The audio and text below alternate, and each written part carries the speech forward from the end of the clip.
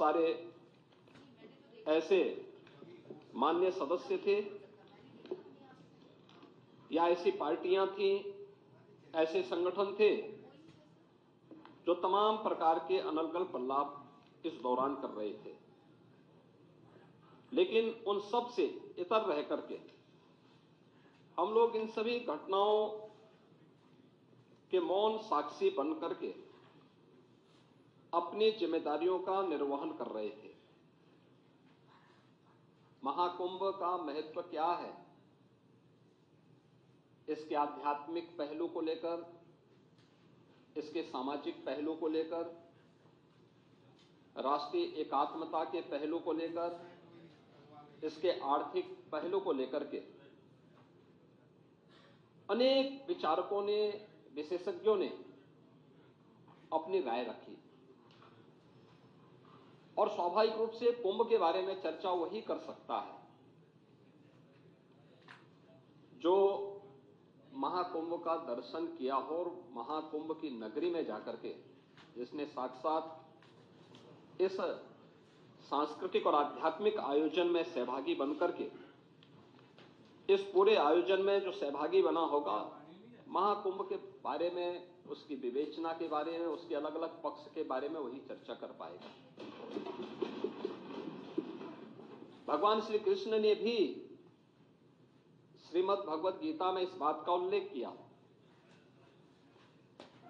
ये यथा माम प्रवदन्ते तांस तथैव भजाम्यहम्, यानी मुझे जो जिस रूप में स्मरण करता है मैं उसी रूप में उसको दिखाई देता हूं। और मुझे लगता है कि जिसकी जैसी दृष्टि थी उसको वैसे ही सृष्टि प्रयागराज में देखने को मिली। पहला आयोजन है जिसको दुनिया के मीडिया ने सराहा है और दुनिया की मीडिया की चर्चा मैंने कल भी की थी।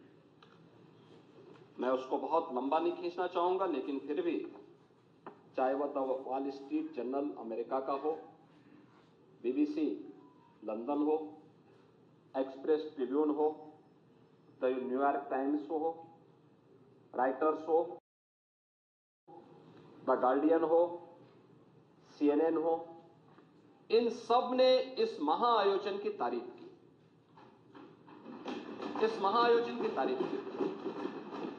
और यूनेस्को के निदेशक टिम कर्टिस ने भी महाकुंभ के बारे में कहा कि 2019 के कुंभ को यूनेस्को ने मानवता की अमूर्त सांस्कृतिक धरोहर के रूप में मान्यता दी।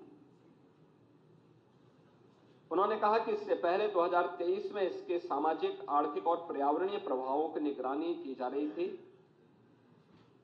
कुंभ मेला प्राकृतिक और सांस्कृतिक धरोहर के रूप में विश्व को एक नई दृष्टि प्रदान कर रहा है और वे स्वयं भी महाकुंभ के हिस्सेदार बने थे, उसमें भागीदार बने थे। महोदय, आज का एक बहुत महत्वपूर्ण आर्टिकल है, मैं उसकी ओर भी सदन का ध्यान आकर्षित करना चाहूंगा। और वह इसलिए भी आवश्यक है क्योंकि हमारे प्रतिपक्ष के जो माननीय सदस्य हैं वे जानते हैं देश के एक प्रतिष्ठित हिंदी आलोचक श्री सुधीर पचौरी को। ये हमारे संघ विचारधारा के नहीं है, भारतीय जनता पार्टी से भी उनका कोई संबंध नहीं है।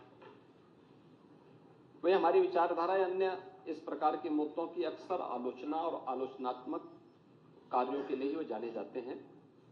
महाकुंभ के बारे में उन्होंने लिखा कि समाज अपने अनुभवों में जीता है। उन्होंने बहुत सारी चीजें इसमें लिखी हैं। उन्होंने लिखा है कि 45 दिन लंबे अनुभव में हर रोज 1 से 1.5 करोड़ की संख्या में आती संगम में सहज अनुशासित भाव से आस्था की डुबकी लगाती और उतनी शांति से वापस जाती भीड़ ने अपने सद्व्यवहार से दुनिया के मीडिया को आकर्षित और अभिभूत किया। लेकिन ये भारतीय सनातन धर्म के अनुशासन को और उसकी आस्था को अभिव्यक्त किए जा रहे हैं विचार। उन्होंने ये भी लिखा है कि ऐसी उदारता, सहजता, सहनशीलता, विनम्रता और शालीनता गहरा आदर भाव पैदा करती है। यानी भारत के प्रति और सनातन धर्म के प्रति हर व्यक्ति के मन में यह जो भाव है, आपने देखा होगा 66 करोड़ 30 लाख से अधिक श्रद्धालु आते हैं और इन 45 दिनों में प्रयागराज हो, उत्तर प्रदेश हो, कहीं भी कोई लूट की घटना नहीं, कोई अपहरण की घटना नहीं, कोई दुष्कर्म बलात्कार की घटना नहीं, कोई भी छेड़छाड़ नहीं, कोई भी ऐसी घटना नहीं जिसके बारे में कोई अपने आप को शर्मिंदा महसूस करे। ये सामाजिक अनुशासन नहीं तो क्या है?